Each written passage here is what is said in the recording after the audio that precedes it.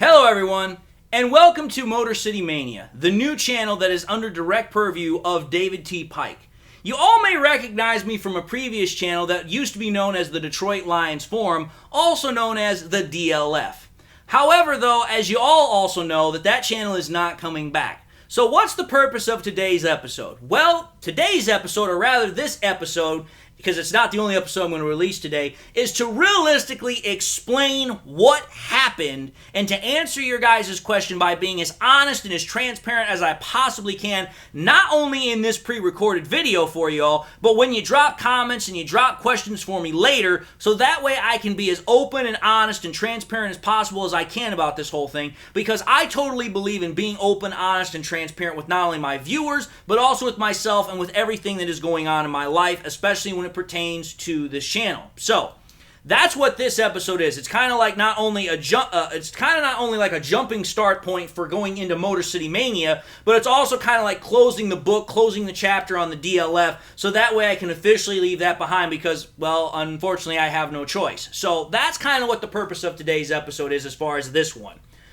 So with that having been said, let's actually kind of get to the rat killing, as they would so to speak here. So here's the thing, folks. We have to go back to Sunday to kind of start this whole little story here. So as you all know, we had the game against the Chiefs on Thursday. Great game, great broadcast, great showing. Everything was just absolutely fantastic.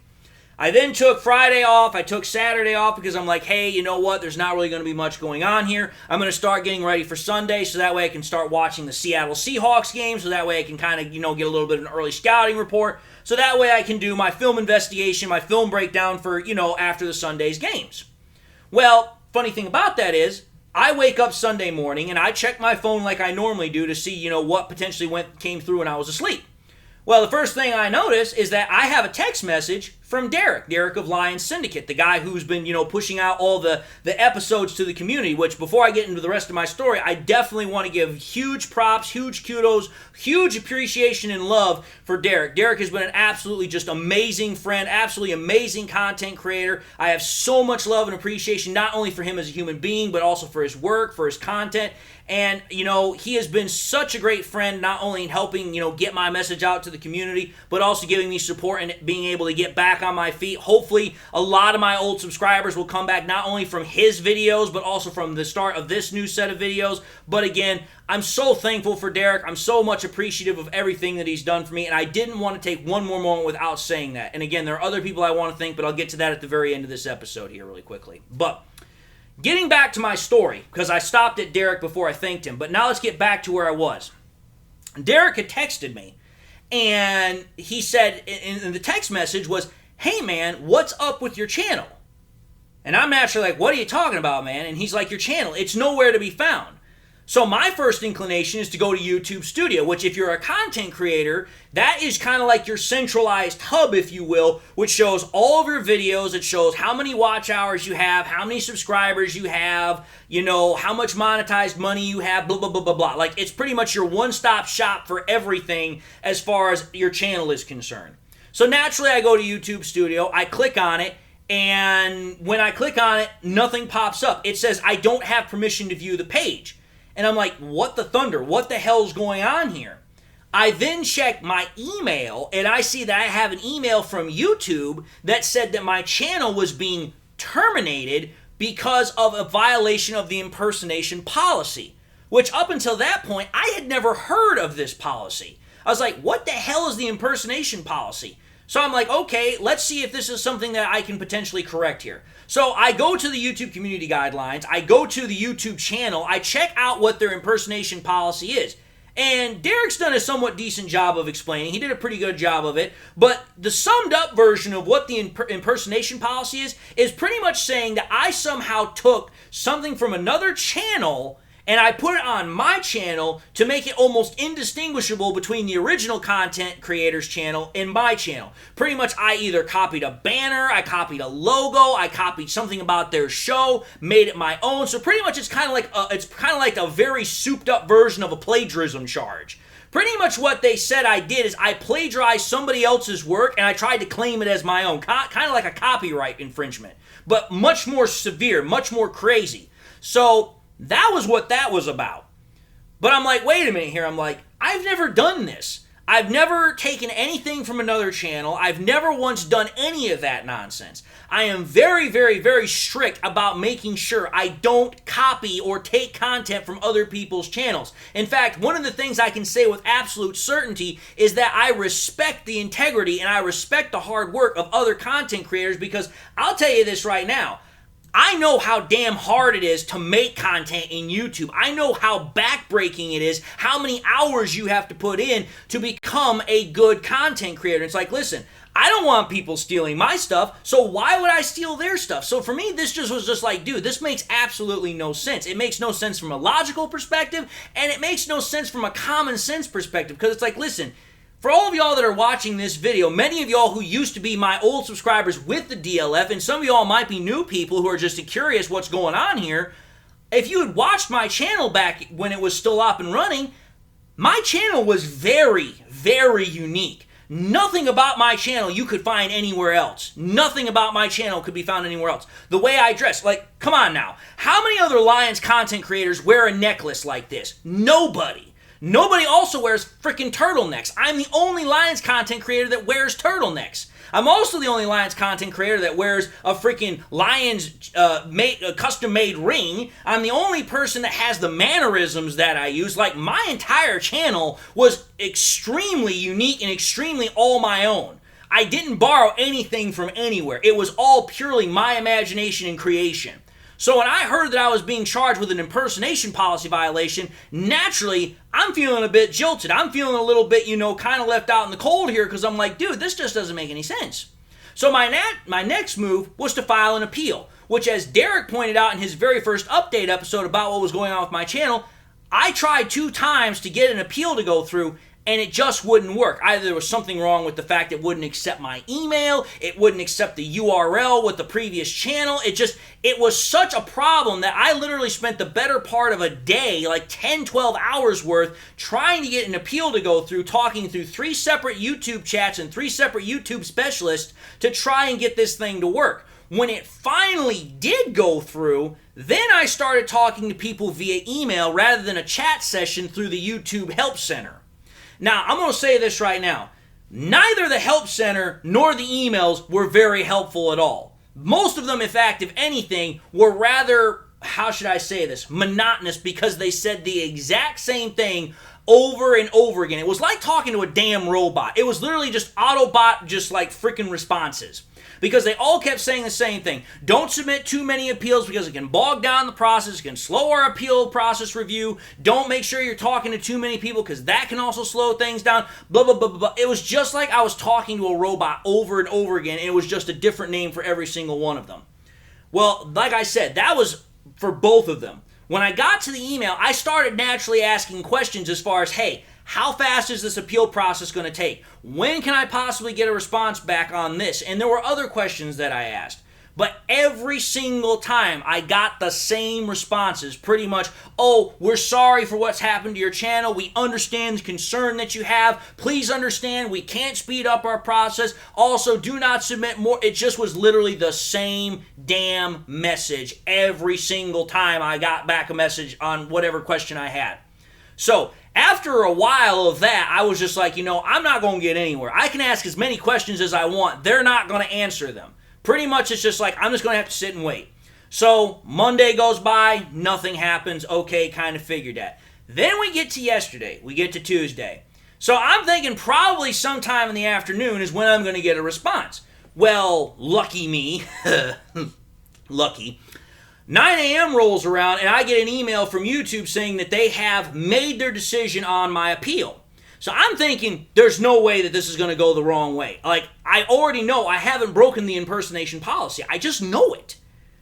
Well, I thought I knew until I opened up the email. Because as soon as I opened up the email, I'm going to just say this right now. My heart sunk like it was a crater. My heart might as well have been a 2-ton boulder being dropped in the Mariana Trench in the Pacific Ocean. Like, my heart sank just absolutely fast. It cratered. Because as soon as I read that very short email, which said, we have decided, we have to careful review, we've looked at your thing, it has in fact actually gone against the impersonation policy, we will not be reinstating your channel, all the air left my body. Like, literally, all the air left my body. I literally was just absolutely stunned for like a good 10, 15 seconds. Just trying to, first and foremost, get over the shock that my channel had been officially now taken away from me, but also just the realization of 2 years worth of work had just completely gone down the tubes. All the man hours, all of the artwork, all of the freaking live streams, all of the money I've spent on video editing software, all of that just gone straight down the tubes. And I know for a fact YouTube doesn't care. They don't care. They make millions upon billions of dollars a day or a week because they're affiliated with Google. So they don't care about a small-time content creator like myself when I'm barely making any money as it is to begin with. But that was the situation I found myself in. But I'll say this right now. If God is one thing about this whole thing, if I can say one thing about this, God works in mysterious ways. And I truly believe that. I am truly believing that God works in mysterious ways. Over the last 3 months, I've gone through some personal conflicts and I've gone through some personal growth and personal change. So even though it was a shock to me about the whole ruling with the channel, what I realized is there was one of two ways I could go about that whole news. I could either throw a massive temper tantrum, lose my cool, and just blow up over everybody, or I could look for the silver lining in the cloud here and move forward. And like I said earlier about Derek, he was a massive silver lining in that cloud. Like, he was massive. Because having a friend like him who not only opened up his platform for me to get my message out, but also opened up his platform for my introductory video and is helping to get most of my subscribers to come back my way so they can potentially resubscribe to me, dude, you can't put a value on that kind of friendship. You can't put a price tag on that. That is just absolutely invaluable. It's priceless. And like I said, I'm so appreciative to him. But there's other people that I need to say thank you to. All of the fans that reached out to me via Messenger, Facebook, and all my pals from Motor City Mayhem, they all were very, very supportive. They all listened to what I had to say. They all were just right there for me when I needed somebody to talk to. And again, I'm so thankful for each and every one of them, and I'm so thankful for all the fans, too, that were on freaking Derek's channel when those 2 videos came out. Because like Derek said, I could watch the videos, and I did watch the videos. But more than anything, I paid attention to the comments, and I was so uplifted. I was so blessed to read your guys' comments because it was like, listen, it let me know that you guys cared. It let me know that you guys actually enjoy what I do, and it made me feel special. It made me feel wanted, and it made me feel like, you know what? YouTube can do this to me because they have the power to do it. But the one thing they cannot take away from me is the hope, the faith that you guys instill in me because you guys love what I do as a content creator. They can't take that away from me. So that was what really was my motivation to get back in the saddle and be like, you know what? Even though I just lost the 7,100 subscribers, even though I just lost 2 years worth of work, I'm going to get right back at it because you know what? Those guys make it, those guys and girls, they all make it worth it for me. I love the Detroit Lions. I love talking about the Detroit Lions, and I love talking about the Detroit Lions with you guys, the fans. I love talking with my supporters, my subscribers. I just love doing it. So that's what motivated me to not only start this channel, but also to explain what was going on with what happened over the last couple of days. Now, I'm going to say this because this is the $1 million question. And I say $1 billion question because it's an astronomical amount because everybody's going to want to know this answer. Who the Thunder reported me and what the Thunder caused this whole thing to actually go down in the first place. I can tell you this right now. I don't know. I directly asked YouTube that question and I got zip. I got butt kiss. I got nothing about what caused the violation, what I did to cause the violation. I don't know who did it or who put the report out on me. I have no idea. But I will say this to also answer the second question that's going to likely follow that first one. I don't know if somebody did it to me or not, or if it was a faulty YouTube AI algorithm. I have no idea. But I will say this. I'm not going to name any names. I'm not going to throw out any accusations because I have no proof and I don't believe on throwing out unfair accusations or unfounded accusations. But I will say this. If somebody did do it, I do have suspects in mind. I will not name names. Because again, I have no evidence. But I will say this, if somebody actually did decide to report my channel on an unfounded, basis of impersonation, shame on you.